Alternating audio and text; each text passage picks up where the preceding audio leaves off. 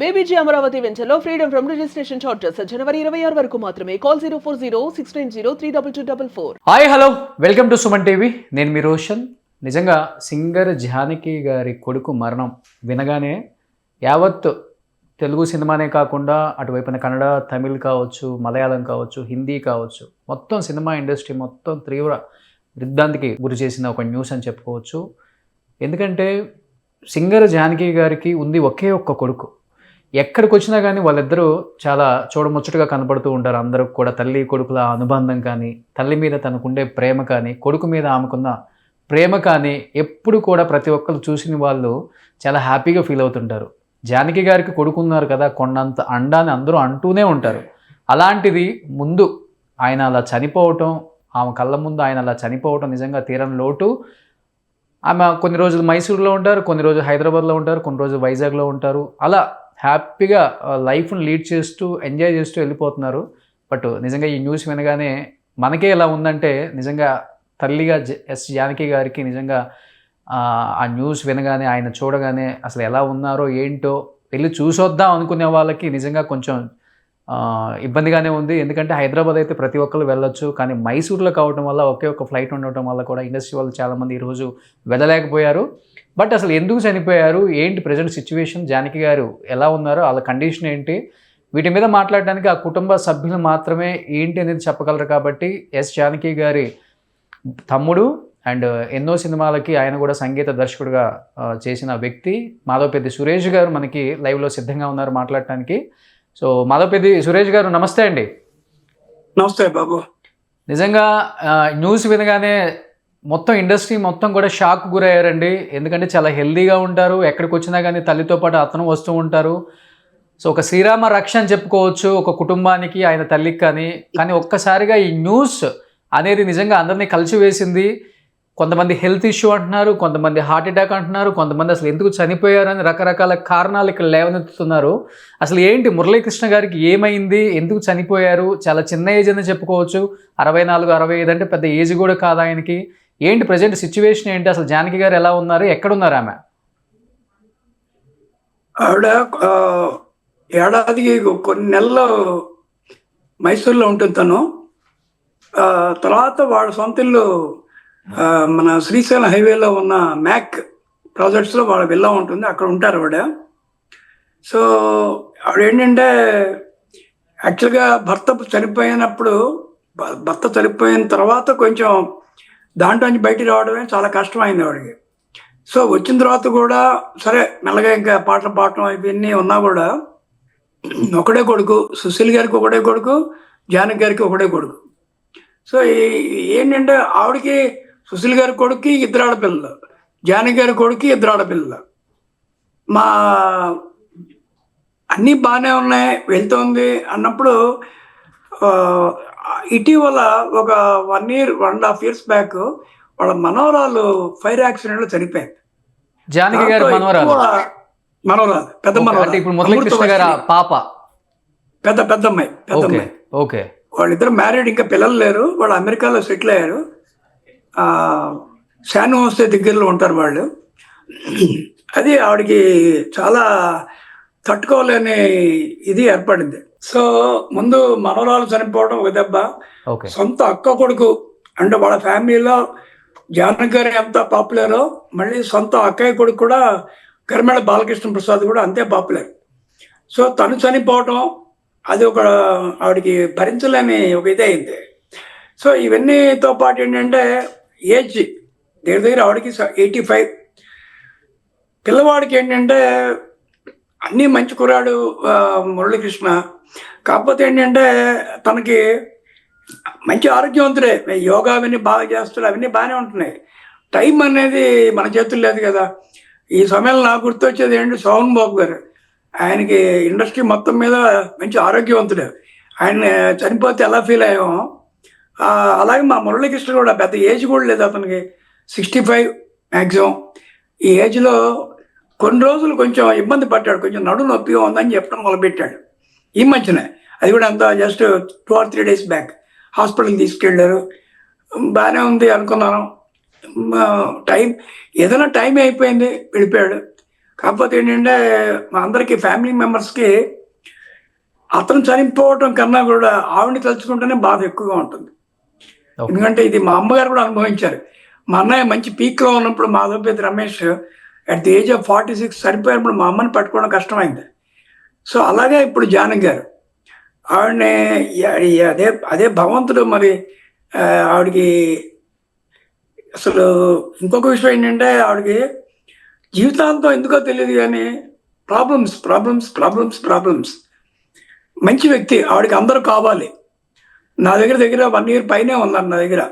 మా ఇంతకుముందు ఉన్న ఇంట్లో అందరూ వచ్చి కలిసేవాళ్ళు, చాలా సరదాగా ఉండేది. ఏంటంటే ఒక బ్యాడ్ టైం వచ్చినప్పుడు ఏంటంటే అన్నీ బ్యాడ్గానే వస్తాయి ఎవరికైనా అంతే. మన కళ్ళ ముందు ఎంతమంది చూస్తున్నాం కదా. నా 53 ఏళ్ళ ఎక్స్పీరియన్స్లో ఎంతమంది చూస్తాను సినిమా ఇండస్ట్రీలో. కొడ శ్రీనివాస్ గారిని చూశాను, పెద్ద కొడుకు పోయిన తర్వాత ఆయన ఎంత బాధపడి దాని తర్వాత ఇదయ్యాడు. అలాగే మా జానకి గారు కూడా చాలా చాలా తట్టుకోవడం ఈజీ కాదు. పైన గంభీరంగా ఉంటుంది ఆవిడ, ఉన్నా కూడా వాళ్ళ సిస్టరు వాళ్ళ అక్కయ్య, ఇప్పుడు నేను అనుకోకుండా వైజాగ్ వచ్చాను, నేను వాళ్ళ అక్కయ్య రాధా గారిని నేను కలుస్తున్నాను. ఆవిడకి ఎలా ఉంటుంది, ఆవిడ ఎక్కడికి వెళ్ళలేదు, ఆవిడని చూడలేదు, చూడటానికి వెళ్ళలేదు. సో వాళ్ళ అబ్బాయి అంటే వాళ్ళ సొంత పెద్ద అక్కయ్య కొడుకు మూర్తి అనే డాక్టర్ రాజమండ్రిలో. నేను రాజమండ్రి వచ్చి 4 రోజులు ఉండి ఇవాళ మార్నింగ్ వైజాగ్ వచ్చాను. వచ్చేప్పుడు తను ఫోన్ చేసి చెప్పి, నేను వెళ్తున్నానయ్యా, నువ్వు కూడా వస్తున్నావు అని అన్నాడు. కాదయ్యా, నేను వేరే పని మీద వెళ్తున్నాను. అతని వైఫ్ ఫ్లైట్లో వెళ్ళారు ఆల్రెడీ. ఈ పాటికి అక్కడే ఉంటారు వాళ్ళు. ఓకే.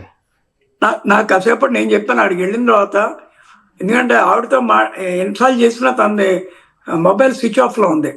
అంటే ఆవిడ తట్టుకోలేక, ఎందుకంటే ఆవిడకి తెలుగు ఒకటే కాదు కదా, తెలుగు, తమిళ్, కన్నడ, మలయాళం, మీరు చెప్పినట్టుగా ఆవిడ ఫ్యాన్స్ ఎక్కువ. ఫ్యాన్స్ అంటే సినిమా ఇండస్ట్రీలో కాదు, ఆవిడ పాటలు విన్న ఫ్యాన్స్ ఎక్కువ ఆవిడకి జీవితాంతం. కాకపోతే ఈ సందర్భంలో ఒక్క మాట చెప్పాలి.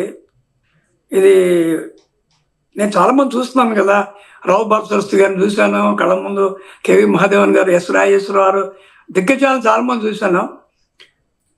పని వాళ్ళతో వర్క్ చేసినప్పుడు వాళ్ళతో చక్కగా కలివిడిగా ఉండి అన్నీ చేసిన తర్వాత ఆల్మోస్ట్ వాళ్ళు రిటైర్మెంట్ అయిన తర్వాత వాళ్ళతో ఎక్కువ ఇంటిమేసీ ఉన్న వాళ్ళని నేను ఎక్కువ మందిని ఇండస్ట్రీలో ఎవరిని చూడలే అసలు. ఓకే. అంటే వాళ్ళు బాగా పీక్లో ఉండి బాగా పాడేటప్పుడు రికార్డింగ్ థియేటర్లో కలుస్తారు, అన్నీ ఉంటాయి. వన్స్ వాళ్ళు ఆల్మోస్ట్ రిటైర్మెంట్ అయిన తర్వాత వాళ్ళు ఎక్కడున్నారు, వాళ్ళు ఏం చేస్తున్నారు, ఇప్పుడు వాళ్ళ అబ్బాయి పోయాడు కాబట్టి మనం మాట్లాడుకుంటున్నాం.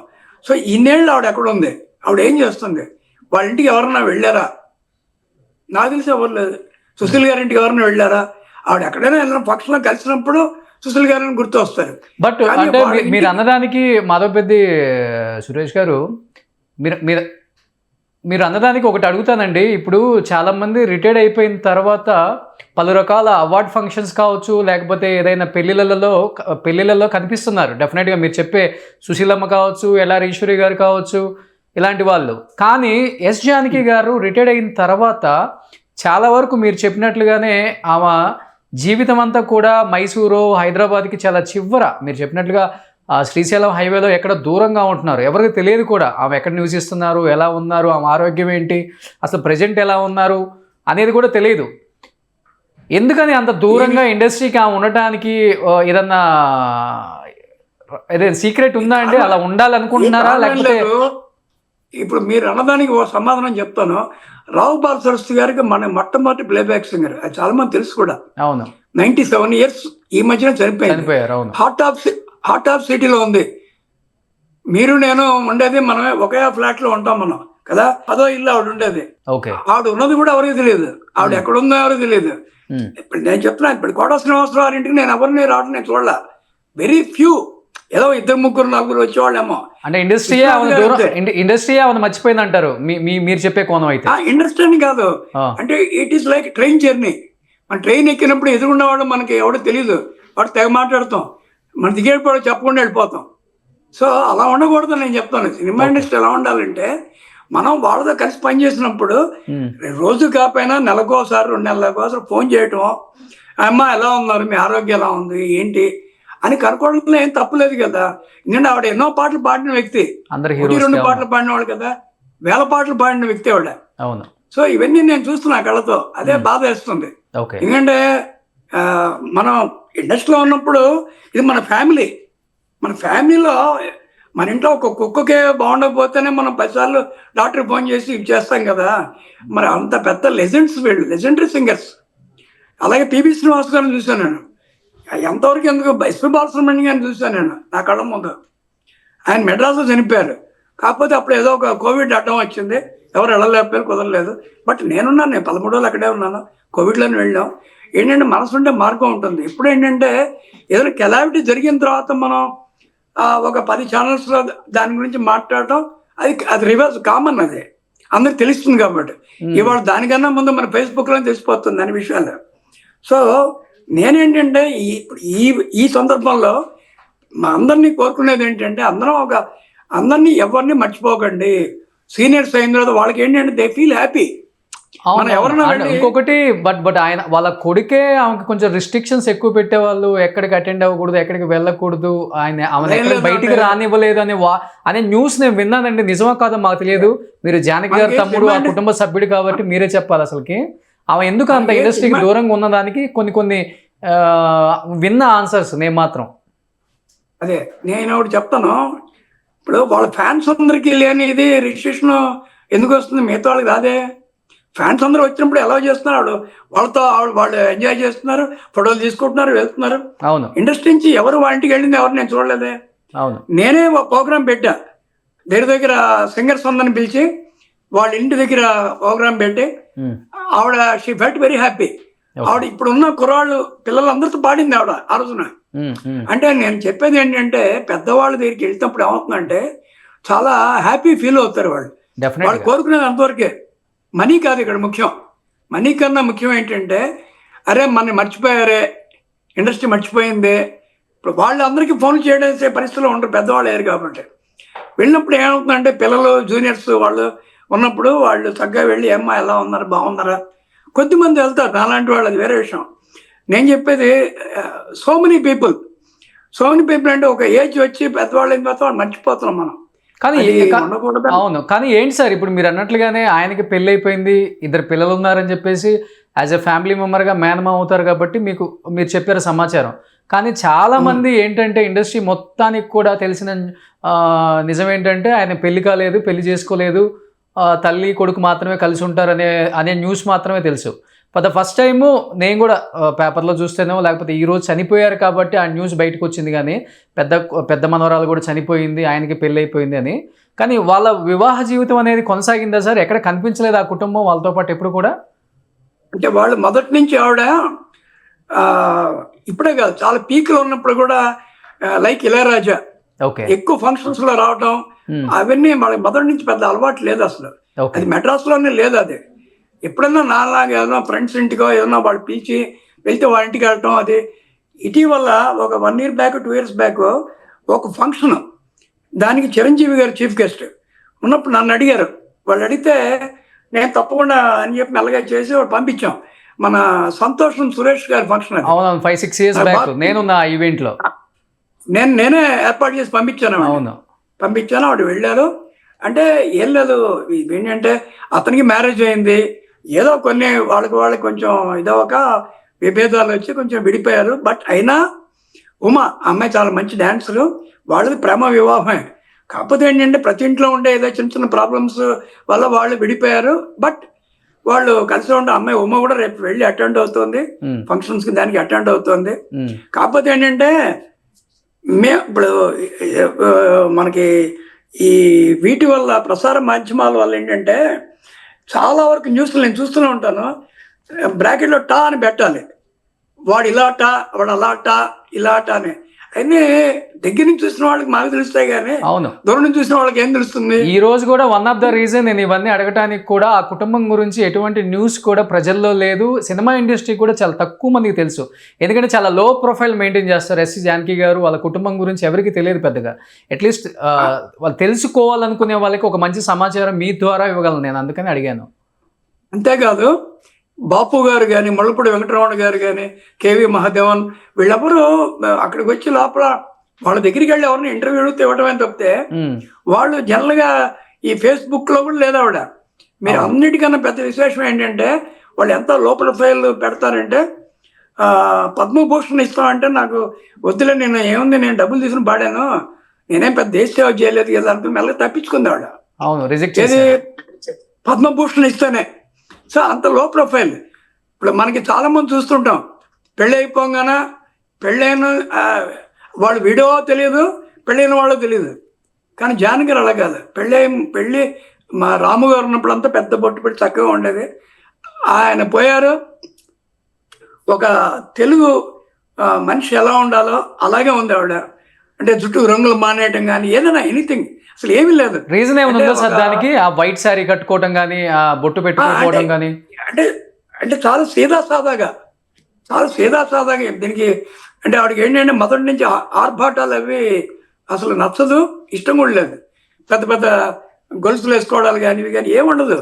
ఇప్పుడు బాపు గారిని కూడా అడిగాను ఒక సందర్భంలో, ఏంటి సార్ మీరు ఉత్తరం మీద కట్టుకుని మామూలుగా వచ్చేస్తారు ఏంటి సార్ అంటే, మేమందరం అటువంటి వాళ్ళతో పెరిగాం కాబట్టి మాకు ఆశ్చర్యంగా ఉంటుంది. అదేంటి సార్ 4 పాటలు పాడితేనే వాళ్ళు మేము పట్టుకోలేకపోతున్నాం సార్, వాళ్ళు 20 ఇంటర్వ్యూలు ఇస్తారు, మీరేమో ఇన్ని సంవత్సరాలు ఇంత చేసి సేవ చేసి అంటే. ఎందుకంటే వాళ్ళకి మొదటి నుంచి అది లేదు. ఓకే. కానీ జానకి గారు ఏ ఏజ్ ఉన్నప్పుడు వాళ్ళ హస్బెండ్ చనిపోయారు సార్ రాము గారు? అసలుకి ఆయన ఆగస్టు 17 ఆయన చనిపోయింది. నాకు తెలిసి ఇయర్ మాత్రం 87, నాకు ఎగ్జాక్ట్ ఇయర్ గుర్తులేదు. బట్ ఆగస్ట్ 17 ఒక్క డేట్ గుర్తుంది అంతే. ఆయన పోయినప్పుడే ఆవిడ చాలా జీవితంలో పెద్ద దెబ్బ ఆవిడకి, చాలా పెద్ద దెబ్బ. అక్కడి నుంచి చెప్పాను కదా, మనవరాలు పోవడం. ఇప్పుడు అబ్బాయి పోయాడు, ఆవిడని పట్టుకోవడం అంత ఈజీ కాదు. బయటికి మామూలు గుమ్మనంగా ఉంటుంది, కానీ అగ్ని పర్వతంతో లోపల ఉంటుంది ఆవిడకి. Okay. It take some time. ఇప్పుడు కాలం అనే ఆయింట్మెంట్ ఉంటుంది కదా ఎటువంటి వాడికైనా. మన ఎన్నో రకాల బాధలు ఎంతోమంది ఇళ్లలో చూస్తున్నాం. మెల్లమెల్లగా ఎప్పుడు సెట్ అవుతారు అంతే. అనే అతనికి మురళీకృష్ణకి మంచి అతని కోసం ప్రార్థనలు చేసాం. అంతకన్నా మనుషులు మనం ఏం చేయగలం? ఎవరి బాధ వాళ్ళదే, ఎవరి బాధని ఎవరు తీర్చలేరు. అంటే ఏదైనా హెల్త్ ఇష్యూస్ వచ్చాయా సార్ లాస్ట్ 1 year లో? లేకపోతే ఏం లేదు, హార్ట్ అటాక్. అతను మంచి యోగా అవన్నీ చేస్తూనే ఉంటాడు. అదేదో ఒక 3-4 రోజులు కొంచెం నాకు నడుము నొప్పిగా ఉందని చెప్పి అంటానప్పటికీ హాస్పిటల్ తీసుకెళ్లారు. ఓకే. దాంతో మనిషి వెళ్ళిపోయాడు. చాలా అందరూ షాక్. ఇది షాకింగ్ న్యూస్ యాక్చువల్గా. కానీ ఇప్పుడు చిన్న పాప వైఫ్ ఉన్నారు అంతే. చిన్న పాప వైఫ్, చిన్న పాప హస్బెండ్, వాళ్ళు బెంగళూరులో ఉంటారు. ఓకే. చిన్న పాప. ఓకే. చిన్న పాప పేరు అప్సర అమ్మాయి పేరు. నేను కూడా పొద్దున్న 4-5 సార్లు ట్రై చేశాను, కానీ సెల్ స్విచ్ ఆఫ్లో ఉండటం వల్ల నేను ఇక మాట్లాడలేకపోయా. కాసేపట్లో నాకు వాళ్ళ అక్కయ్య గారు అబ్బాయి నాకు వీడియో కాల్లో మాట్లాడుతా అన్నాడు. So I'm waiting for that అనమాట. కానీ ఇక్కడికి తీసుకొచ్చే అవకాశం ఏముందా? ఆమె ఎక్కువ ఇక్కడ హైదరాబాద్ లోనే నివసించే కృష్ణ గారు కావచ్చు, ఆమె కావచ్చు, లేదు మైసూర్లోనే దహన సంస్కారాలన్నీ మైసూర్లోనే దహనం అయిపోతుంది. ఇవాళ అయిపోతుంది. యాక్చువల్గా ఈవిడ కూడా ఒక టైంలో కొన్ని ఏళ్ల క్రితం తిరుపతిలో ఒక బాత్రూంలో పడిపోయింది ఆవిడ. అవును. ఎక్కువ రక్తస్రావం ఇదైనప్పుడు చిరంజీవి గారు వెళ్ళి చాలా ఆవిడకి చాలా ఇచ్చేసారు, మోరల్ సపోర్ట్ ఇచ్చారు చిరంజీవి గారు. అది మనకి అన్ని పత్రికల్లో వచ్చిన న్యూస్ అది.